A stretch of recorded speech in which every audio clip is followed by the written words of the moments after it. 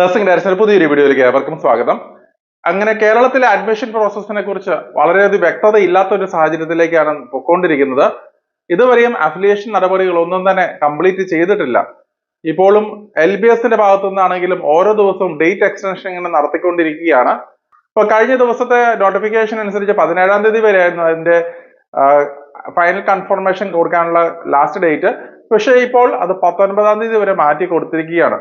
നിങ്ങൾ ഈ ഒരു സമയത്ത് നിങ്ങൾ ശ്രദ്ധിക്കേണ്ട ഒരു കാര്യം, നിങ്ങൾ LBSൽ ആപ്ലിക്കേഷൻ കൊടുത്തു കഴിഞ്ഞതിന് ശേഷം ഫൈനൽ കൺഫർമേഷൻ ചെയ്തിട്ടുണ്ടോ എന്നുള്ളത് നിങ്ങൾ ഒരിക്കൽ കൂടി ശ്രദ്ധിക്കേണ്ടതായിട്ടുണ്ട്. ഫൈനൽ കൺഫർമേഷൻ കൊടുത്തു കഴിഞ്ഞാൽ മാത്രമാണ് നമുക്ക് പ്രിന്റ് ഔട്ട് കാര്യങ്ങളൊക്കെ ലഭിക്കുക. അതുകൊണ്ട് തന്നെ ഈ ഒരു സമയത്ത് നിങ്ങൾ ഫൈനൽ കൺഫർമേഷൻ കൊടുത്തിട്ടില്ല എന്നുണ്ടെങ്കിൽ തീർച്ചയായിട്ടും ഈ ഒരു വേളയിൽ നിങ്ങൾ കൊടുക്കേണ്ടതായിട്ടുണ്ട്. കാരണം ഫൈനൽ കൺഫർമേഷൻ കൊടുത്തില്ല എന്നുണ്ടെങ്കിൽ നിങ്ങളുടെ റാങ്ക് ലിസ്റ്റിൽ ഉൾപ്പെടുത്തുകയില്ല എന്നും കൂടെ മനസ്സിലാക്കുക. നമുക്കറിയാവുന്നത് പോലെ തന്നെ ഏകദേശം ജൂൺ മാസം 28-ാം തീയതിയോടുകൂടി മാത്രമായിരിക്കും ഈ പറയുന്ന പേഴ്സണൽ ഡാറ്റാസും അക്കാഡമിക് ഡാറ്റാസും ഒക്കെ വെരിഫിക്കേഷൻസ് ഒക്കെ കംപ്ലീറ്റ് ചെയ്യപ്പെടുകയുള്ളൂ. അതായത് നമ്മളിപ്പോൾ കൊടുത്തിരിക്കുന്ന ഡാറ്റാസ് എല്ലാം തന്നെ അപ്ഡേറ്റ് ചെയ്ത് അല്ലെങ്കിൽ അതൊക്കെ വെരിഫൈ ചെയ്ത് കറക്റ്റ് ആണോ എന്ന് പരിശോധിച്ചതിന് ശേഷം മാത്രമായിരിക്കും നമുക്ക് പ്രൊവിഷണലി അക്സെപ്റ്റഡ് എന്ന് പറഞ്ഞിട്ടുള്ള ഒരു നോട്ടിഫിക്കേഷൻ അല്ലെങ്കിൽ സ്റ്റാറ്റസ് അങ്ങനെ മാറി കിട്ടുകയുള്ളൂ. അപ്പോൾ ഇതുവരെയും സ്റ്റാറ്റസ് മാറാത്ത കുട്ടികൾ നിങ്ങൾ ടെൻഷൻ അടിക്കേണ്ട ആവശ്യമില്ല. ഏതെങ്കിലും കുട്ടികൾക്ക് സ്റ്റാറ്റസ് മാറി കറക്ഷൻസ് എന്തെങ്കിലും ഉണ്ടെങ്കിൽ അവർ പറയുന്ന അനുസരിച്ചുള്ള ഡോക്യുമെന്റുകൾ റെഡിയാക്കി വെക്കുവാനായിട്ട് പ്രത്യേകം ശ്രദ്ധിക്കുക. കാരണം കറക്ഷൻ വേളയിൽ നമുക്ക് അതിന്റെ ഡോക്യുമെന്റുകളൊക്കെ പുതുതായിട്ട് നമുക്ക് ആഡ് ചെയ്ത് കൊടുക്കാൻ സാധിക്കുന്നതാണ്.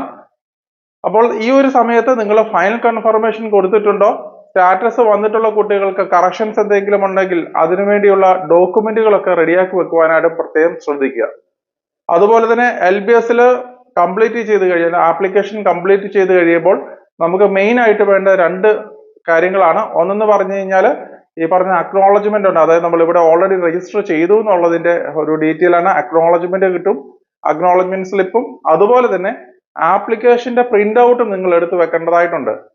കാരണം നമ്മൾ ഒരു കോളേജിൽ അഡ്മിഷൻ കിട്ടിക്കഴിഞ്ഞതിന് ശേഷം നമ്മൾ അവിടെ സർട്ടിഫിക്കറ്റുകൾ സബ്മിറ്റ് ചെയ്യുന്ന വേളയിൽ നമ്മൾ ആപ്ലിക്കേഷന്റെ പ്രിന്റ് ഔട്ടും നമ്മൾ നൽകേണ്ട കാര്യമുണ്ട്. അപ്പോൾ ഈ ഒരു സമയത്ത് നമ്മൾ ശ്രദ്ധിക്കേണ്ടത് 19-ാം തീയതി വരെ മാത്രമാണ് ഇപ്പോൾ ഫൈനൽ കൺഫർമേഷൻ കൊടുക്കാനുള്ള ഡേറ്റ് എക്സ്റ്റെൻഡ് ചെയ്ത് തന്നിരിക്കുന്നത്.